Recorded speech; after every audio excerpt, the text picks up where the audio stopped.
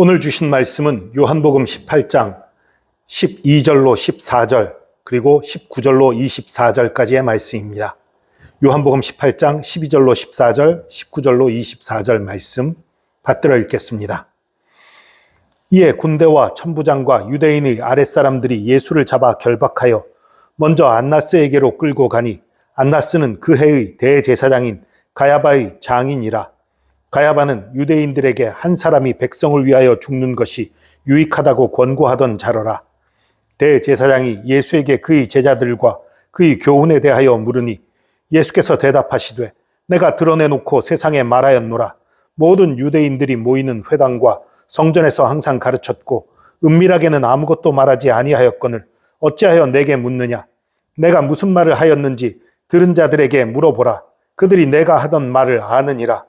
이 말씀을 하심에 곁에 섰던 아랫사람 하나가 손으로 예수를 쳐 이르되 네가 대제사장에게 이같이 대답하느냐 하니 예수께서 대답하시되 내가 말을 잘못하였으면 그 잘못한 것을 증언하라.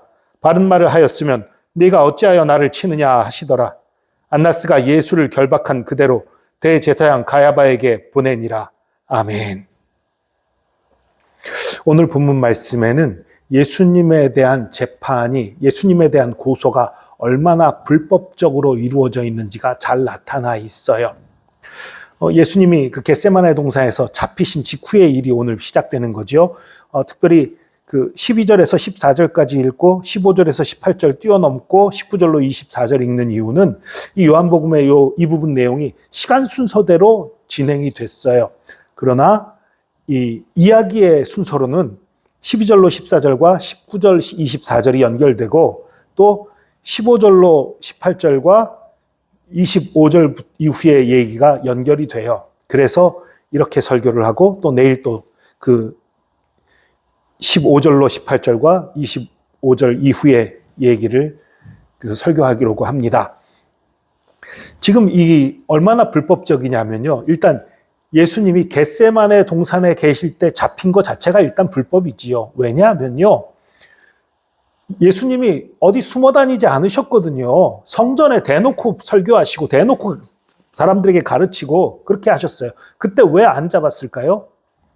수많은 사람들이 예수님을 선지자로 아니까, 혹은 또 수많은 사람들이 예수님을 메시아로 아니까, 그러니까 못 잡는 거예요. 그 앞에서 잡으려고 했다가는 자신들이 돌맞게 생겼거든요.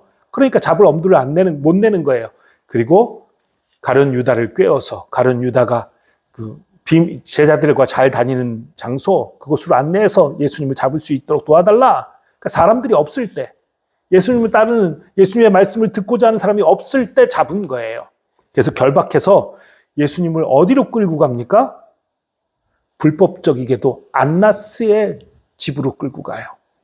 이 안나스라는 사람은 가야바보다 먼저 대제사장이 됐던 사람이에요. 원래 이스라엘의 대제사장직은 종신직입니다. 이 사람이 죽을 때까지는 다른 제사장이 서지 못해요.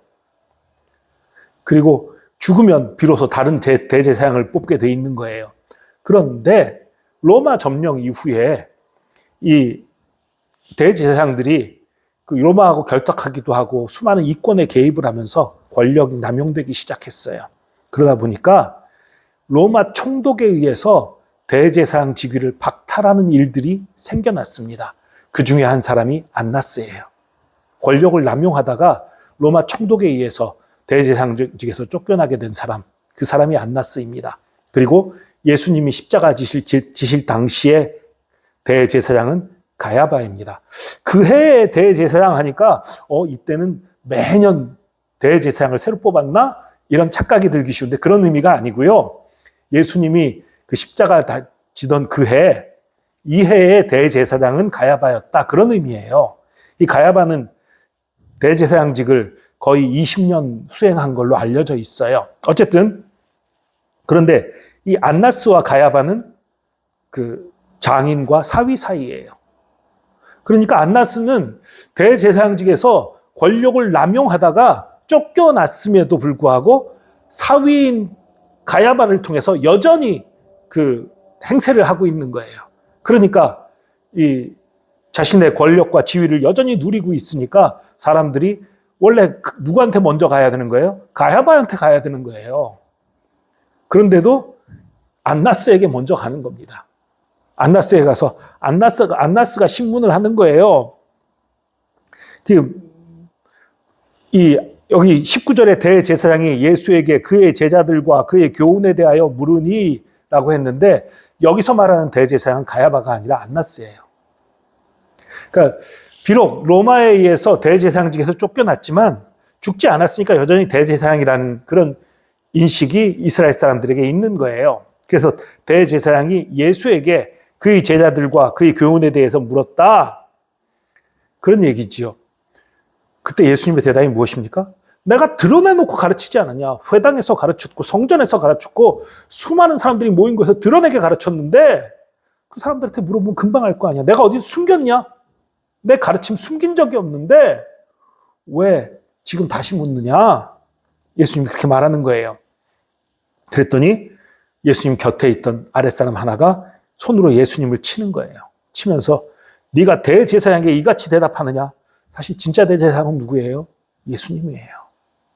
하나님이 세우신 진정한 대제사장은 예수님이시지요. 그런데 가짜 대제사장, 자신의 권력 남용하다가 쫓겨난 대제사장, 그를 놓고서 그렇게 말하는 거예요. 감히 대제사장이 그렇게 말하느냐? 말하니까 예수님이 뭐라 말씀하십니까? 내가 잘못 말했으면 잘못 말한 걸 지적해라. 내가 바른 말을 했으면 어찌하여 치느냐? 더 이상 할 말이 없으니까 안나스가 예수님을 가야바에게 보내는 것이 오늘 얘기의 마침이에요. 근데 이 재판의 특징을 보면 일단 첫 번째 아까 말씀드린 것처럼 사람들이 없을 때 잡은 거예요. 예수님을 잡은 것이 사람들이 없는 그런 곳에서 잡은 거예요. 불의한 거지요. 구린 것이 있으니까 그렇게 한 거죠. 두 번째, 정당하지 못한 자가 신문을 하는 거지요. 가야바가 신문을 하는데 안나스가 먼저 신문을 하고 있습니다. 불법적인 신문이에요. 그리고 내용이 아닌 예절, 그것도 대제사장의 권위에 대한 얘기를 하는 거죠. 사실 그건 상관없는 거예요. 그거 갖고 시비를 거는 거예요. 예수님이 한 말이 틀린 말이 없는데도 네가 감히 권위 갖고 누르려고 하는 거죠. 실제로 가장 강하고 가장 위대한 권위를 가진 분이 오히려 예수 그리스도신데도요. 이런 불법적인 재판의 모습이 오늘 본문에 그대로 담겨 있는 거예요. 예수님의 십자가형 언도는 너무나 부당한 것이고 너무나 잘못되었다는 것. 물론 우리 다 알고 있는 거예요. 다 알고 있지만 좀 더 구체적으로 묘사한 거지요. 예수님을 잡는 과정도 잘못됐고 또 가야바가 아니라 안나스에게 먼저 데려간 것 자체도 이들이 불법적인 거고 바른 말을 할 때 때리는 것들, 아주 불법적인 것들이 계속 나와 있지요. 그 재판에서 예수님이 유죄를 선고받고 십자가형을 받게 된 것이라는 사실을 우리가 기억할 필요가 있습니다. 그런데 여러분 생각해 보세요. 하지도 않은 것에 대해서 누명을 쓸 때 얼마나 속상하고 얼마나 기분이 나빠요. 여러분, 저도 어린 시절의 일들이 아주 오래된 어린 시절의 일들은 기억도 나는 게 몇 가지 없어요. 그런데요, 억울한 일 당했던 것들은 기억이 잘 나요. 초등학교 때, 2학년 때, 학교 시간에 줄을 서는데, 남학생, 여학생 따로 두 줄로 이렇게 세우는데, 이 남학생 줄 뒤쪽에 있던 다른 애가 장난으로 날 밀었어요. 저를 밀어가지고 내가 밀려서 여자 줄에 가서 부딪혔어요. 제가 민 게 아니고. 근데 선생님이 내 말은 들으려고도 하지 않고 그냥 야단부터 치더라고요. 그게 너무 기분이 나빴었는데 그때 그게 아직까지 기억이 나요. 그 외에도 또 여러 가지 있는데 말하기가 좀 복잡한 것들에서 얘기를 안 합니다. 그리고 또 굳이 할 필요도 없겠지요. 아마 여러분들도 마찬가지일 거예요. 억울한 일 당했던 거는 잘 기억에서 잊혀지지 않을 거예요. 그만큼 억울한 일이라는 게 기분 나쁘고 싫은 거예요. 그런데 그 일을 우리는 그래도 좀 때로 실수를 했지요. 우리는 연약함이 있었지요.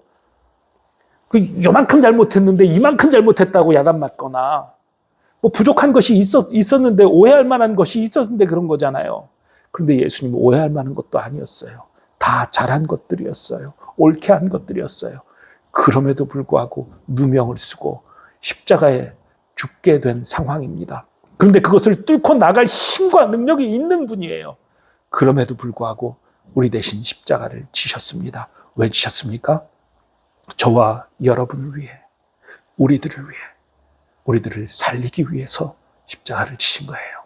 이 불의한 재판, 이 악한 재판, 이 잘못된 판결을 그대로 받아들이신 거예요. 왜냐하면 우리 죄를 대신 지고 죽으셔야 했기 때문이지요. 우리를 살리기 위해서 그 억울함을 참으시고 그 고난과 고통을 참으시고 십자가를 지신 것입니다.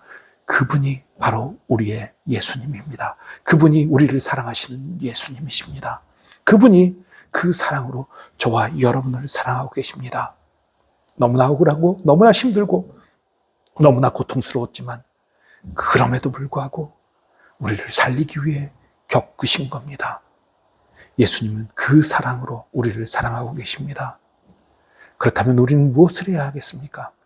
우리 또한 우리를 너무너무 사랑하신, 우리를 위해 너무너무 큰 고통을 참으신 예수 그리스도를 위해 우리가 그걸 갚을 수는 없어요. 조금이라도 우리의 마음을 표현할 수 있는 것이 바른 모습 아닐까요? 우리도 예수 위에 살아야 합니다. 예수님께 우리의 삶을 드려야 합니다. 예수님 위에 고통도 참고 견딜 수 있어야 할 것입니다. 예수님의 사랑, 예수님의 은혜, 예수님의 참으심을 기억하시면서 예수 위에 우리의 삶을 드리는 저와 여러분 되기를 축복합니다. 기도하겠습니다. 주님, 말도 안 되는 불의한 재판을 통해 우리 대신 죽으신 예수 그리스도의 그 놀라운 사랑과 은혜를 기억합니다. 너무나 억울하고 너무나 고통스럽고 너무나 부끄러운 그런 일들을 우리를 살리기 위해 참고 견디신 예수 그리스도의 그 사랑이 얼마나 크고 얼마나 놀라운지 감당할 수 없음을 고백합니다. 예수님이 우리 위해 다 내어주셨으니 우리도 예수님 위해 우리의 삶을 드리기 원합니다. 다 내어드리기 원합니다. 받아 주옵소서. 우리의 힘과 의지로는 온전히 드릴 수 없습니다. 그러나 성령께서 함께 하시고 우리를 붙들어 주시면 온전히 예수의 사람이 될 수 있음을 믿사오니 우리를 붙들어 주시고 예수의 사람 삼아 주시옵소서. 우리를 받으시는 주님 감사합니다. 감사드리며 예수 그리스도의 이름으로 기도합니다. 아멘.